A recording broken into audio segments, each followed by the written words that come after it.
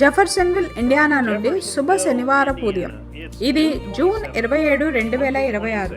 ప్రియమైన క్రీస్తు వధువా, 65-08-22 ఒక ఆలోచనాపరుని వడపోత సాధనం అనే వర్తమానం వినడానికి ఈ ఆదివారం జెఫర్సన్విల్ కాలమానం ప్రకారంగా మధ్యాహ్నం 12 గంటల సమయం అప్పుడు మనము కూడి వద్దాము.